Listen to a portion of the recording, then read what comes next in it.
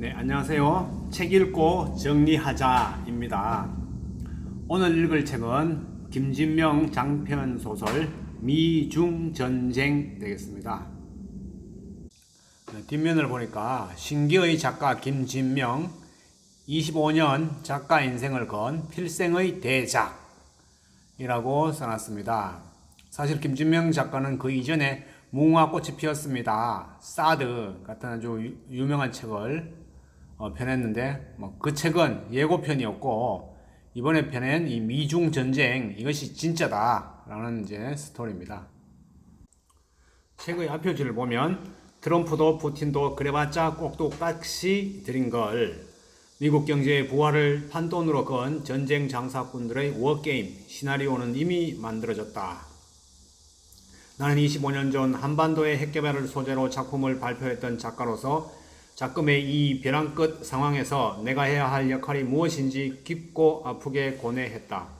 어떻게 해야 미, 중, 러, 일의 이해가 실타래처럼 얽혀있는 이 한반도에서 위기의 씨줄과 날줄을 넘나들며 끊임없는 공포를 조장하는 북핵 문제를 해결할 수 있을까? 그리하여 이 책 미중 전쟁을 쓰게 되었다. 제1부 풍계리 수소폭탄. 맨 처음 이 소설의 이야기는 비엔나에서 시작합니다. 이 소설의 좋은 점은 여러 나라들이 나와요. 다국적이 나오고, 그리고 여기에 나오는 기관, 세계은행이라든가 이런 기관들이 실제 현재 다 실제 있는 것을 이제 배경으로 했고, 여기 나오는 인물들도 현재 이제 살아있는 트럼프라든가 김정은, 김용 총재 이런 분들이 다 나오기 때문에 굉장히 생생한 스토리라고 할 수 있습니다. 맨 처음을 한번 읽어볼까요? 비엔나 프라터 스트라세 31번지 세계은행. 여기가 이제 세계은행 지부가 비엔나에 있죠. 슈나이더 총재는 수화기를 타고 흘러나오는 워싱턴 김용 총재의 목소리에 미간을 찌푸렸다. 아프리카에 보낸 우리 세계은행 자금이 거기서 초단기 투기 자본으로 돌아다닌다는 걸 알고 있나요? 요즘은 못 듣고 있는데요. 바다 건너 여기서도 들리는데 거기 현장에서 전혀 듣지 못하고 있다고요? 그런 정보가 간혹 있기는 하지만 막상 조사에 들어가 보면 아무 문제가 없습니다. 처음부터 실체가 없는 허위 정보인지 아니면 워낙 교묘하게 위장을 하고 있는지 모르지만 말입니다. 거기 계시는 총재께서 그런 걸 좀 세밀히 챙겨 주셔야지 자금이 줄줄 새고 있는데도 금시초문이라 그러시면 어떡해요? 이렇게 이야기가 시작하고 있는데요. 여기 나오는 이제 세계은행에 대한 배경에 대해서 조금 이제 알아야 될 것 같아요. 우리가 1945년 제2차 세계대전이 끝나면서 세상은 더 이상 이제 전쟁에 참혹한 고통을 겪지 말자라는 의미에서 만든 게 이제 유엔이죠, 유엔. 근데 유엔은 크게 이제 두 가지 줄기가 있는데, 하나는 세계은행이고, 유엔을 운영하려면은 어떤 막대한 돈이 필요하잖아요. 그래서 그 돈의 자금에 큰 두 줄기가 있는데, 하나는 세계은행이고 하나는 IMF입니다. 그래서 이 세계은행은 미국의 워싱턴에 두기로 하고 미국 중심으로 흘러가고, 그리고 IMF는 유럽 중심으로 흘러가게 되죠. 그래서 지금 이 세계은행에서 제3세계에 못 사는 나라들에게, 아프리카 같은 못 사는 나라들에게 자금을 줍니다. 자금을 빌려주는데, 이 자금들이 아프리카에서 그 자금을 받아가지고 그 아프리카의 빈곤 퇴치라든가 위생 이런데 투자를 하면 되는데, 하라고 줬는데 그 돈을 가지고 초단기 투기를 해요. 쉽게 말해서 한머니죠, 한머니. 단기 투기를 어디서 하냐면은 이제 비엔나라든가 이런 나라에서 들어와서 돈을 일시적으로 투기를 해서 두 배로 불리는 거죠. 그런 투기 세력들을 지금 막아달라고 그 워싱턴의 김용 총재가 비엔나에 있는 세계은행 지부에 있는 슈나이더 총재에게 전화를 해서 그 단기 자금 조사를 좀 해라 라고 지금 명령을 하는 그런 내용이 되겠습니다. 소설을 읽으면 좋은 점이 어떤 상식이 굉장히 많이 느는 것 같아요. 우리가 정말 역사 교과서를 통해서 좀 따분하게 배우는 역사 이야기가 아니라 재미있는 소설을 통해서 아주 즐겁고 그야말로 재미있게 배우면서 저절로 이런 어떤 나의 상식을 좀 넓혀주는 그런 게 굉장히 소설을 읽는 이점 중에 이제 하나인 것 같아요. 물론 이제 소설 자체의 스토리도 재미있지만은 이런 상식의 범주가 넓어지면 뭔가 내 머릿속이 좀 굉장히 꽉 찬 듯한 느낌이랄까요? 이렇게 이제 이야기가 진행됩니다. 세계은행 김용 총재는 비엔나에 투기 자본을 조사하기 위해 가지고 유능한 사람을 한 사람 파견을 하죠. 그건 이제 한국 사람, 이름이 김인철이라는 한국 사람입니다. 그래서 워싱턴에서 날아온 조사 요원은 의외로 밝고 젊은 사람이었다. 김인철입니다. 잘 부탁드립니다. 슈나이더 총재는 조사 요원이 젊은 사람이라는데 놀랐고 다음으로 동양 1위라는데 다시 한번 놀랐다. 왜냐하면 여기 뭐 영어라든가 뭐 다른 언어를 이제 다른 언어를 구사해야 되는데 동양인은 아무래도 이제 언어 구사 능력이 떨어지니까 자기가 생각하는 사람이 아니라는 거죠. 그래서 김인철과 슈나이더 총재가 이제 처음 내면하면서 김인철이가 뭔가 서류를 줍니다. 그래서 이게 뭐요? 제 이력서입니다. 이력서 활활 타는 눈길을 인철이 내민 서류에 옮긴 슈나이더 총재의 동공에 찬찬히 초점이 잡혔다. 거기에는 정말 워싱턴에서 도깨비처럼 나타난 조사요원의 경력과 심지어는 자기소개서까지 첨부되어 있었다. 이건 잠시나마 슈나이더 총재님 밑에서 일하게 되었기에 드리는 게 예의일 것 같아서요. 슈나이더는 놀라움에 찬 시선을 인철의 얼굴로 옮겼다. 김용 총재에게 느꼈던 불쾌감이 순식간에 씻는 듯 사라지는 것 같았다. 워싱턴에서 날아오는 조사요원이란 어딘지 음산한 눈초리에 무례하고 거만한 태도, 그리고 안하무인의 말투로 상대를 형사 피의자 대하듯 하기 마련이었지만 이 조사요원은 전혀 달랐다. 대개 조사요원들이 잘 내놓지도 않는 명함 대신 두툼한 이력서를 내놓자 인철을 대하는 슈나이더 총재의 표정에 아연 화색이 돌았다. 그는 말투마저 바꾸었다. 여행은 힘들지 않았소? 감사합니다. 편히 왔습니다. 네, 이렇게 아주 첫 만남이 부드럽게 이루어졌습니다. 그 이력서를 보니까 김인철은 대한민국 육사 출신, 2학년 때 최고의 생도 단 한 명에게만 주어지는 기회를 얻어 함부르크의 독일 육사에서 연수, 탄탄한 입지였지만 소대장 임지인 전방부대에서 지뢰가 터져 부하 병사 2명이 부상을 당하자 전역, 그 후 로스쿨에 전학하여 변호사 자격증을 취득한 다음 2년간 한국의 로펌에서 일하다 세계은행 법무팀에 입사. 이상이 이력서와 자기소개서에서 읽히는 조사요원의 경력이었다. 경력도 아주 막 화려합니다.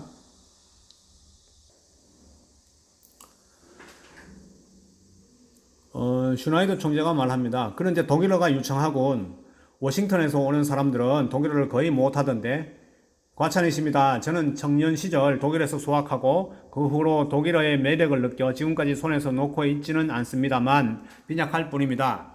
여하튼 잘 왔네. 그런데 내가 어떻게 도와주면 되겠나? 일단 저의 임무가 알려져선 안 될 것 같습니다. 그냥 워싱턴에서 업무협의차 출장 온 평범한 직원으로 대해 주십시오. 알겠네.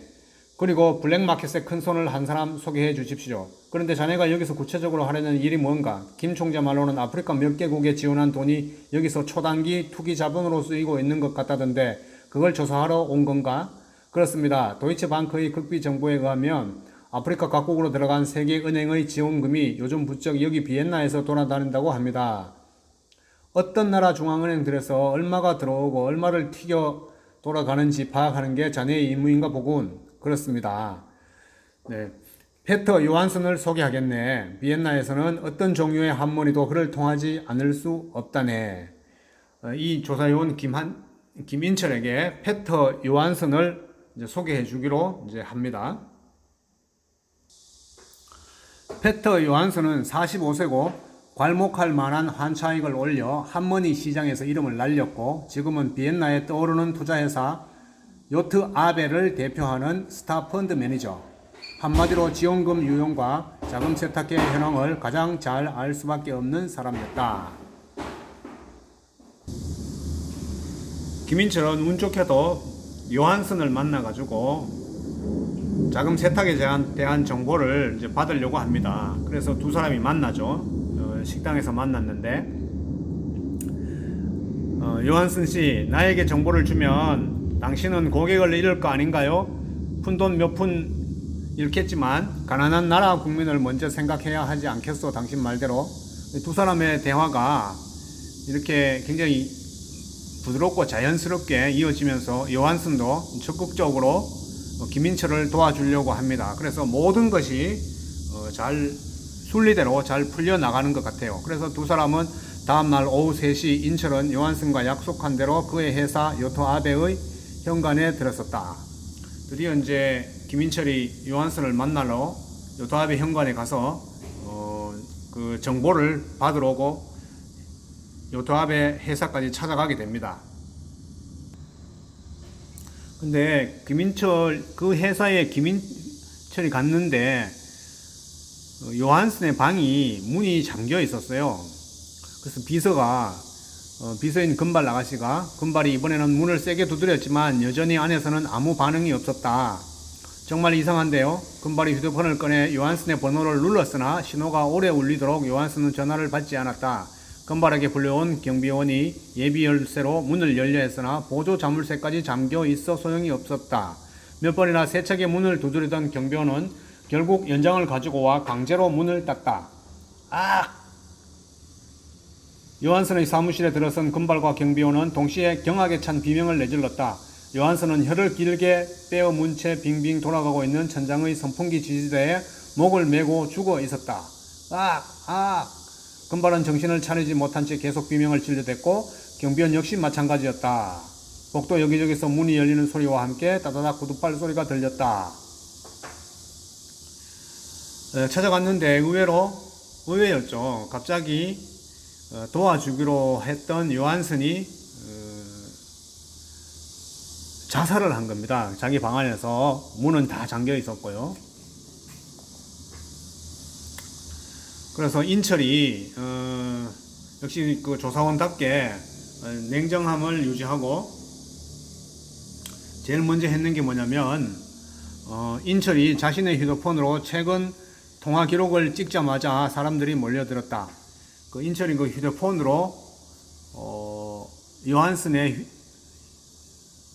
통화 기록을 찍었어요. 그리고 요한슨의 휴대폰을 제자리에 두고는 요한슨의 책상 위에 놓인 모니터를 들여다보았다.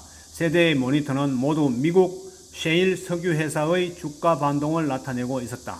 쉽게 말해서 죽기 전에 요한슨이 뭘 했나 보니까 모니터를 봤더니만은 모니터가 세 대였는데 거기 모두 미국의 셰일 석유 회사의 주가 변동 그래프가 이렇게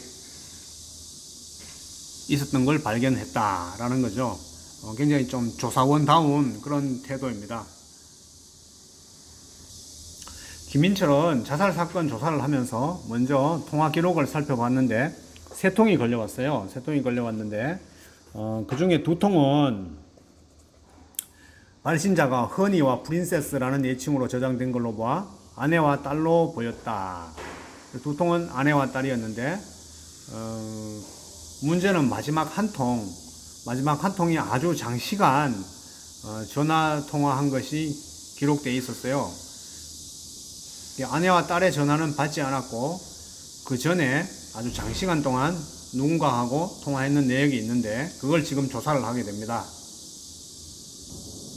그 전화가 국제전화였어요. 그래서 그 국가번호를 보니까 1345 케이맨 제도였어요. 케이맨 제도. 이게 또 하나의 지명이 나오는데 바로 케이맨 제도죠. 이게 또 실제로 있는, 저는 처음 봤는데 실제로 지금 있는 곳입니다. 비엔나와 마찬가지로 케이맨 제도 또한 돈 세탁과 조세 회피, 거대한 한머니의 도가니였다. 그러니까 케이맨 제도 제가 인터넷에 찾아보니까 아주 조세 회피국으로 아주 유명한 나라입니다. 비엔나가 유럽 및 아프리카의 자금들이 움직이는 곳이라면 케이맨은 미국과 아시아를 포함한 세계의 모든 거대한 검은 자금이 출몰하는 곳으로 그야말로 페이퍼 컴퍼니의 메카였다. 이 케이맨 제도는 이제 조세 회피국으로 왜 유명하냐면 여기는 뭐 세금을 전혀 내지를 않는데요. 그래서 아주 페이퍼 컴퍼니가 이쪽에 세계에서 가장 많은 그리고 자금 세탁을 가장 많이 하는 곳이 바로 케이맨 제도라고 합니다.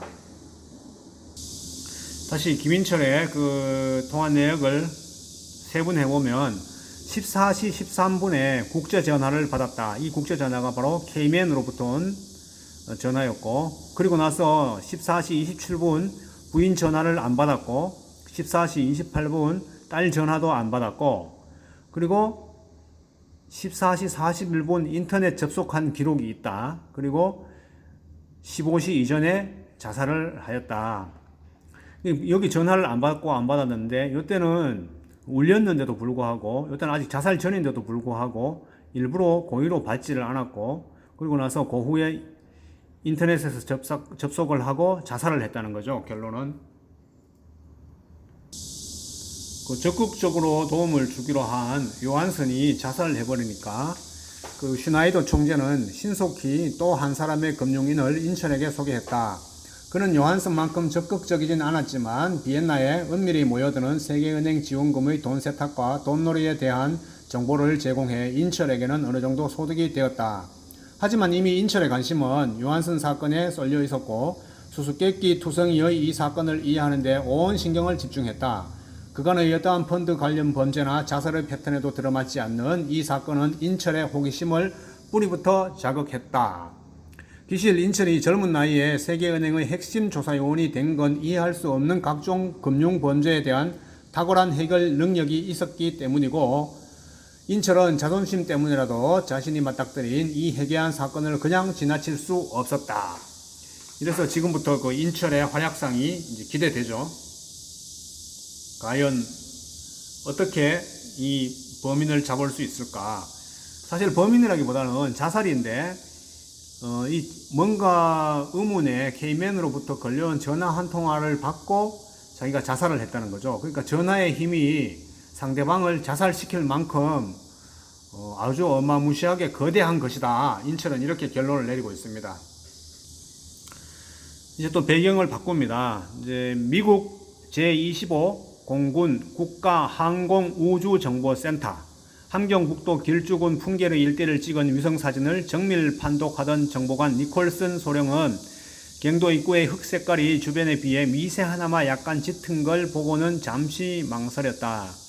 여기 미국 국가항공우주정보센터에서 함경북도 길쭉은 풍계리 일대를 계속 위성 정찰을 하고 있죠. 이봐, 이 흙 색깔 좀 봐. 니콜슨의 지시에 따라 사진을 한참이나 들여다보던 부하는 고개를 끄덕이며 동의했다. 미세한 차이지만 달라 보이는 것 같습니다. 그래서 뭔가 수상함을 느끼죠. 갱도에서 상상할 수 없을 정도로 흙이 나오고 있습니다. 예전 실험 때보다 최소 10배 이상 늘었습니다. 놈들은 흙을 넓게 깔아 위장하고 있습니다만 갱도 바로 앞은 얕으나마 군데군데 쌓여 있습니다. 서두르고 있다는 얘기입니다. 파낸 흙이 이 정도 양이면 갱도 깊이는 3m 지름으로 판다고 봤을 때 600m는 확실히 넘고 거의 1000m 언저리일 것입니다. 사령관은 놀랍다는 듯 고개를 저었다. 1000m라고? 놈들이 뭘 하려고 그리 깊이 파는 거야? 이 땅속, 쉽게 말해 땅굴이죠. 땅굴을 1000m씩이나 지금 북한에서 갑자기 파 들어가고 있다는 거죠.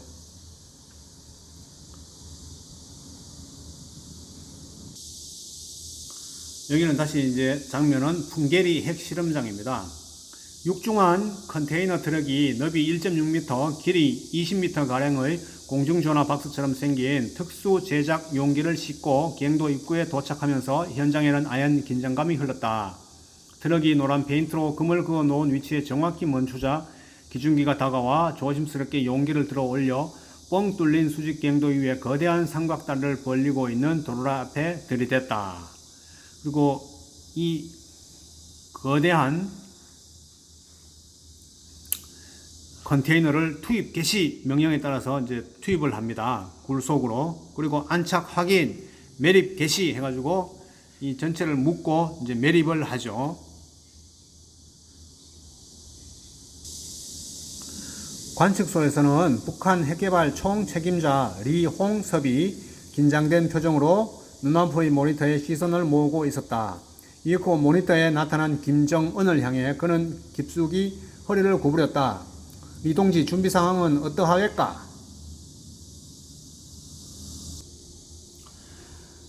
경의하는 지도자 동지, 모든 것이 차질 없이 진행되었고 현재 수소폭탄을 수직갱 밑바닥에 안착시킨 채 갱도를 완전히 밀폐했습니다.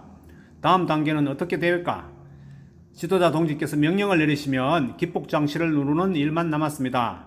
그런데 리 소장, 네 지도자 동지, 정말 자신 있어? 리용섭은 심장이 격렬하게 요동치는 걸 느끼며 떨리는 목소리로 대답했다.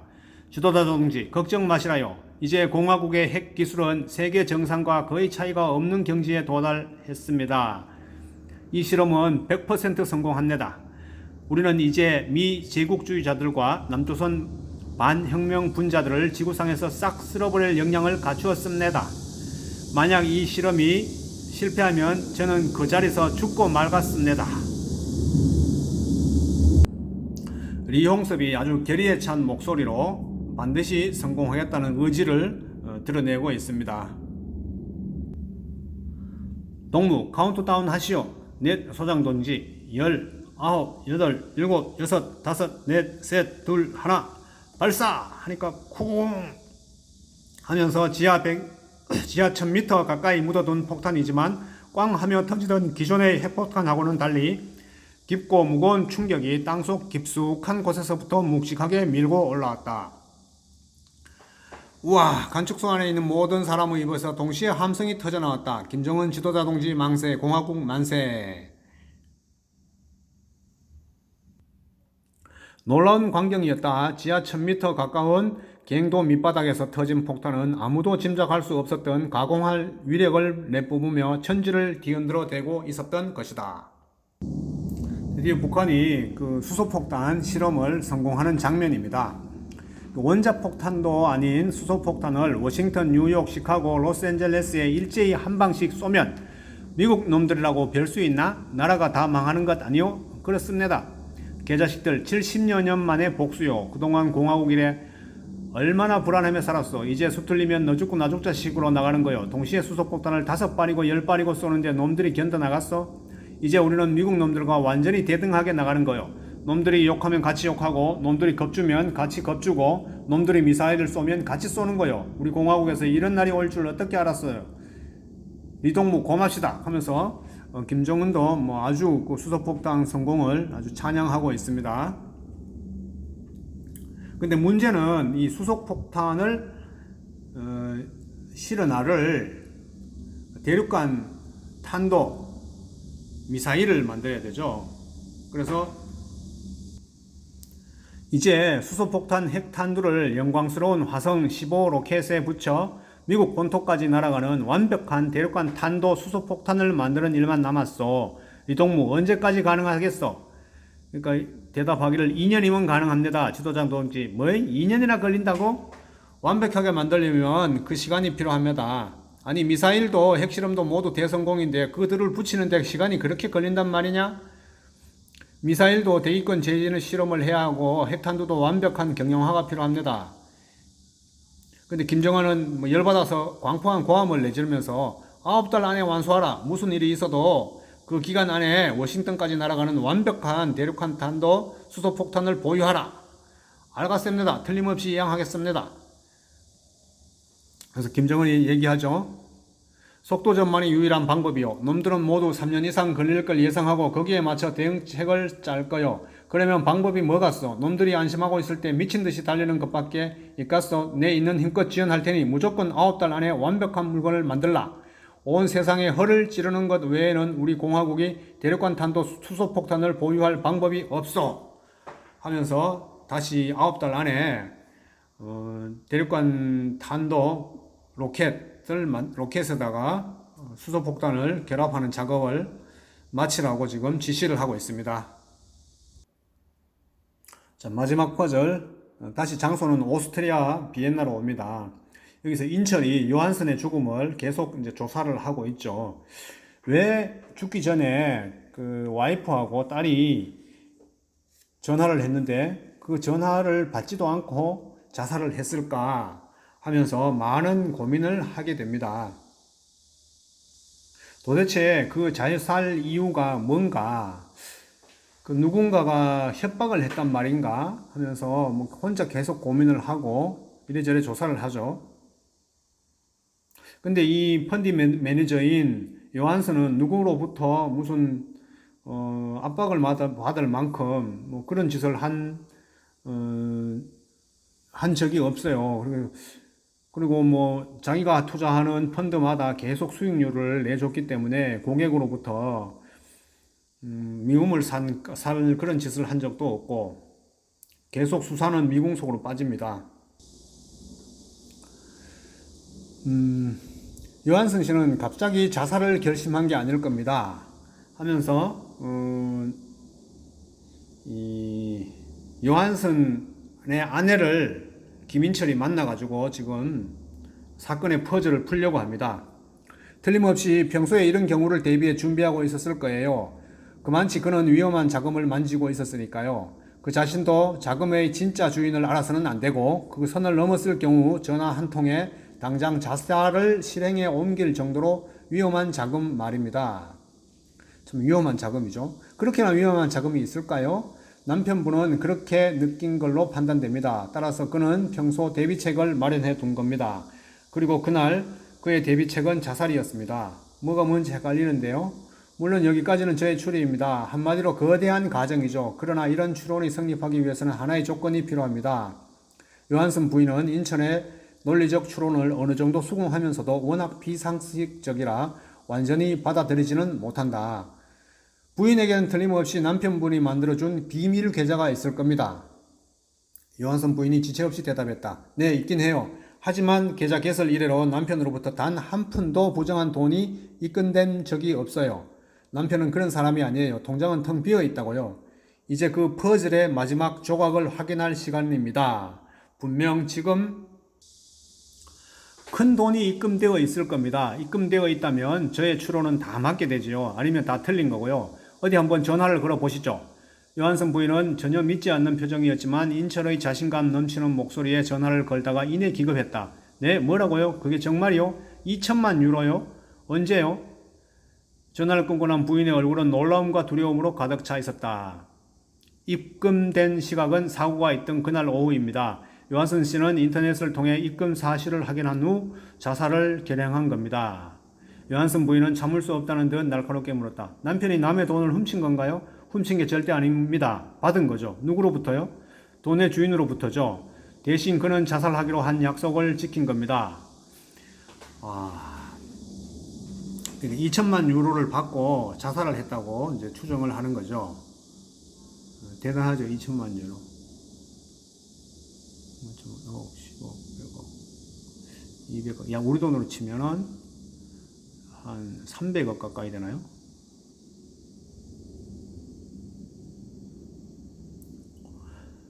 그래서 아주 큰 돈의 흐름에 계속 요한슨이 관여하다가 그 요한슨이 그 돈의 주인을 이제 알게 된 거예요. 그래서 그걸 묵살해 주는 대가로 그 돈의 주인이 2천만 유로를 주기로 하고 대신 요한슨이 자살을 해야 된다. 그렇게 이제 명령을 한 것 같아요. 그렇다면 요한슨을 자살시킨 그 큰 돈의 주인은 과연 누구일까요? 그래서 다시 김인철이 조사를 하죠. 그 통장에 찍힌 상대방의 인적 정보입니다. 나중에 확인되시면 문자로 보내주세요. 그래서 그 통장에 누가 송금했다고 그 인적 정보가 찍히니까 그거를 김인철에게 달라 이렇게 요구하고 있습니다. 요한이 그 통장에 찍힌 돈의 주인이 제3 인베스트먼트라고 이제 알려지면서 다시 요한슨의 죽음을 조사합니다. 제3 인베스트먼트라고만 되어 있고 그 사람 이름은 안 나와 있는데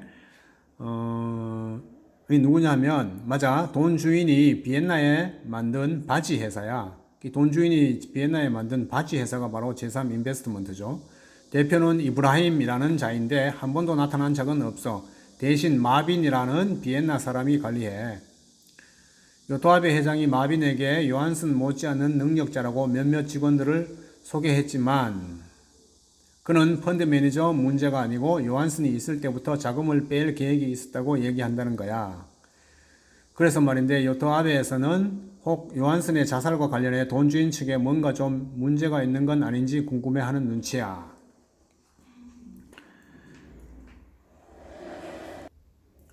요한슨은 살아있을 때 제3 인베스트먼트의 자금을 가지고 미국의 쉘 석유에 투자를 합니다. 쉘 석유에 투자를 해서 그 3억 유로로 시작해서 30억 유로로 만들죠. 그러니까 10배 뛰기를 한다는 거죠. 어마어마한데 이거는 뭐 제가 보기에는 혼자 힘으로 할 수 있는 거는 선 아니고 누군가에게 요한슨에게 뭔가 정보를 주지 않았나. 그 예를 들면은 중동의 어느 석유 재벌 돈주인이 이런 정보를 주지 않으면은 쉽게 어마어마한 돈을 투자하기가 힘들다는 거죠. 그리고 투자를 했더라도 10배 이상 단기간에 수익을 내기가 어렵다는 거죠. 내부 정보가 없으면.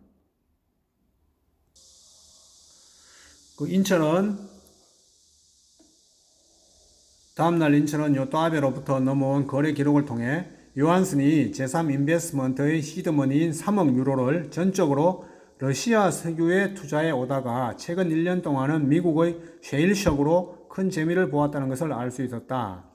그 시드머니 3억 유로인데 제3 인베스트먼트로 받아가지고 이거를 계속 러시아 석유에 투자해 오다가 최근 1년 동안 미국 셰일석유에 투자해서 이거를 10배인 30억으로 올렸다. 이런 내용입니다. 그래서 김인철은 제3 인베스트먼트의 실질적인 그 활동 대장인 마빈을 만나려고 합니다. 근데 이 제3 인베스트먼트는 비엔나의 제4구역인 비덴에 있었다. 비덴이라는 곳인데요. 이거는 뭐냐면 2차 세계대전 직후에 1955년까지 소련군 점령 구역이었던 이 지역은 지금도 가히 비엔나의 러시아 개토라고 할 만하다. 2차 세계대전 때 러시아군이 점령해가지고 이 러시아 사람들이 다 돌아가지 않고 비엔나에 남아갖고 사는 러시아 개토 지역에 제3 인베스트먼트가 있다는 거죠. 100년도 더 된 제국주의 시대에 고풍스러운 건물들이 줄지어 선 거리를 따라 차창에 스치는 명패를 꼼꼼히 살펴보던 인철은 일반 회사의 숫자보다 로펌과 회계법인 조세 컨설팅 회사들이 더 많은 것을 발견할 수 있었다. 이 제4구역인 비덴에는 로펌과 회계법인 조세 컨설팅 회사들이 많은데 문제는 간판 같은 건 아예 없고 건물 현관에 붙은 작은 명패에 이름만 달랑 쓰여 있을 뿐이어서 사전에 주소를 알고 일부러 찾아오지 않는 한 쉽게 찾을 수도 없는 구조다. 쉽게 말해서 아주 음침한 골목이라는 거죠. 가게 이름도 없고 그냥 사람 이름만 있어가지고 쉽게 찾지도 못한다. 이런 곳에 드디어 사건의 실마리를 풀려고 제3 인베스트먼트의 활동 대장인 마빈을 만나러 갑니다. 뭔가 좀 어려운 일이, 힘든 일이 벌어질 것 같은 예감이 드네요. 네, 오늘은 여기까지 하겠습니다. 지금까지 얘기를 정리해보면 북한 풍계리에서 수소 핵폭탄이 폭발하는 것을 이제 성공을 했고 이것을 미국이 지켜보고 그리고 오스트리아 비엔나에서는 세계은행의 자금을 가지고 쉽게 말해서 돈 장난을 하는 단기 투기를 노리는 한머니가 이쪽으로 오스트리아 비엔나로 흘러 들어와 가지고 그 자금 출처를 조사하던 중에 유명한 그 펀드 매니저의 자살 사건을 만나가지고 이 자살 사건이 어떤 연관이 있는지를 김인철이 계속 조사를 해나가는 그런 과정이 되겠습니다. 그러면서 그 돈의 주인이 제3 인베스트먼트라는 걸 알았고 그 제3 인베스트먼트의 그 활동대장, 실질적인 주인은 아직도 모르고 활동대장이 바로 마빈이라는 이름을 알아가지고 그 마빈을 찾아서 직접 이제 호랑이 굴에 들어가는 그런 단계까지 되겠습니다. 앞으로 이 이야기가 어떻게 전개될지 저도 굉장히 궁금해집니다. 그 미중 전쟁은 요즘 뭐 미중 무역 관계 때문에 굉장히 TV에도 자주 나오고, 특히 트럼프가 뭐 한마디 언급할 때마다 그 나스닥이라든가 다우존스 주가가 출렁일 만큼 그 우리나라 주가도 막 미중 트럼프의 한마디, 미중 관계 한마디에 따라서 그냥 막 출렁이죠. 특히 요즘 또 코로나 사태에 코로나의 진원지에 대한 또 트럼프가 또 중국을 공격하면서 또 주가가 출렁이기도 하고, 굉장히 이 소설은 딱 시기적절하게 나온 그런 소설 같습니다. 이런 제목 자체가 미중 전쟁. 그러니까 앞으로 전개되면서 미중 전쟁이 어떻게 될지 이어나갈 것 같습니다. 네, 이 책은 뭐 보시다시피 두께가 굉장히 두껍습니다. 약 한 500페이지 정도 되고요. 그리고 이 소설의 특징은 사건의 전개가 굉장히 빠릅니다. 굉장히 빠르고 굉장히 역동적이고, 바로 다음에 어떤 일이 벌어질까 굉장히 궁금증을 유발하게 만드는 그런 아주 쉽게 말해서 굉장히 재미있는 그런 소설이 되겠습니다. 소설이지만 지금 현재 그 유력한 인물들이 다 나오기 때문에 굉장히 좀 현실적이라고 해야 될까요? 마치 소설과 현실을 구분하지 못할 정도의 어떤 그런 긴박한 스토리가 있습니다. 대단한 작가입니다. 역시 김진명 작가의 그 이름이 아까 여기서 말한 것처럼 25년 작가 인생을 건 필생의 대작이 되겠습니다. 그럼 다음 시간에 만나 뵙겠습니다.